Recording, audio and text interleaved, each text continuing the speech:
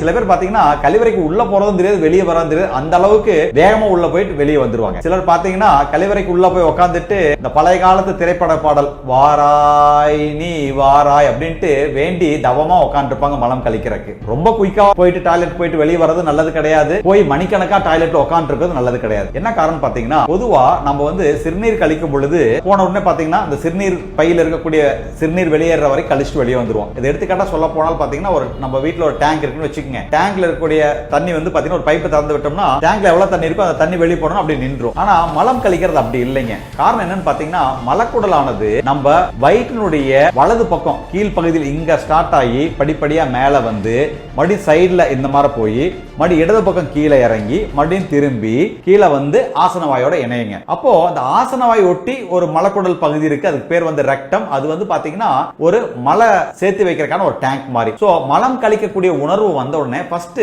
அந்த ரிசர்வாயர்ல இருந்து அந்த டேங்க்ல இருக்கக்கூடிய மலம் ஃபர்ஸ்ட் வெளியே போயிடும். ஆனா இந்த மலக்குடல் பாத்தீங்கன்னா ஒரு லேசான ஒரு அசைவு கொடுத்துட்டே இருக்கும், பெரிஸ்டாலிசிஸ் மூவ்மெண்ட்னு சொல்லுவாங்க. அதன் விளைவா பாத்தீங்கன்னா வேற சில இடங்கள்ல தங்கி இருக்கக்கூடிய மலங்கள் கூட கொஞ்சம் மெதுவா சேரும். அப்போ அந்த மலமும் முழுமையா வெளியேற வரைக்கும் ஒருத்தர் கழிவறையில உட்கார்ந்து இருக்கணும். அப்படி பாத்தீங்கன்னா பொதுவா ஒரு 5 to 10 நிமிஷம் வரைக்கும் ஒரு கழிவறையில் ஒருத்தர் இருந்தால் மட்டும்தான் முழுவதுமாக மலத்தை வெளியேற்ற முடியும். சிலர் பாத்தீங்கன்னா குயிக்கா உள்ள போயிட்டு வெளியே வந்துருவாங்க. அப்ப என்னன்னு பாத்தீங்கன்னா அந்த முன்னாடி இருக்கக்கூடிய பகுதியில் கூடிய மலம் மட்டும் வெளியேறும், மற்ற பகுதியில் கூடிய மலம் வெளியேறாது. அதனால பாத்தீங்கன்னா அதுக்கப்புறம் பகல் நேரத்துல கூட அவங்களுக்கு பாத்தீங்கன்னா ஒரு மோஷனுக்கு போகணும், இல்ல ஒரு மலம் கழிக்கணும் ஒரு உணர்வு இருந்துகிட்டே இருக்கும். இல்ல இதனாலே பாத்தீங்கன்னா சில பேருக்கு அந்த மலச்சிக்கல் வரும். அதனால ஒரு 5 to 10 நிமிஷம் உட்கார்ந்து இருக்கணும். ஆனா சில நேரங்களில் 10 நிமிஷத்துக்கு மேல போகும்போது என்னன்னு பாத்தீங்கன்னா, ரொம்ப நேரம் கழிவறையில் உட்கார்ந்து இருக்கும் பொழுது ஆசனவாயை சுத்தி இருக்கக்கூடிய ரத்த நாளங்கள்ல ஒரு பிரஷர் ஏற்படும். அதே பாத்தீங்கன்னா எதிர்காலத்துல அந்த பைல்ஸ் வர்றதுக்கு அது காரணமா இருக்கும். நம்ம நாட்டுல மலம் கழித்த பின்னர் தண்ணீர் ஊற்றி தான் நம்ம சுத்தம் செய்யறோம். பாத்தீங்கன்னா மேற்கத்திய நாடுகள் எல்லாம் பாத்தீங்கன்னா இந்த டிஷ்யூ பேப்பர் வச்சு கிளீன் பண்ணுவாங்க. பட் நம்ம ஊர்ல தண்ணீர் ஊற்றி சுத்தம் செய்யறோம். பட் இதுல நிறைய பேர் தவறுகள் செய்யறாங்க. என்ன காரணம் பாத்தீங்கன்னா, முன்புறமாக தண்ணீரை ஊற்றி கழுவக்கூடிய விஷயம் நிறைய பேர் கடைபிடிக்கிறாங்க, அது தவறு. குறிப்பா பெண்கள் அந்த மாதிரி செய்யக்கூடாது. என்ன காரணம் பாத்தீங்கன்னா, இப்போ நாம முன்புறமாக தண்ணீர் ஊற்றி பெண்களோ ஆண்களோ சுத்தம் செய்யும் போது என்னன்னு பாத்தீங்கன்னா, இந்த ஸ்ட்ரோக் கொடுக்கும் பொழுது இந்த மலத்துகள்கள் முன்புறமாக பிறப்புறுப்பில் பட வாய்ப்பு இருக்கு.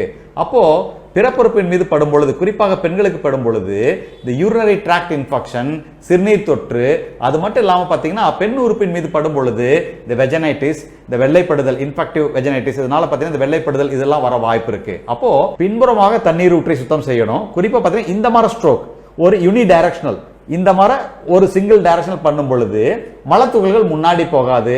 இப்படி பண்ணுவது மிக மிக ஆரோக்கியம்.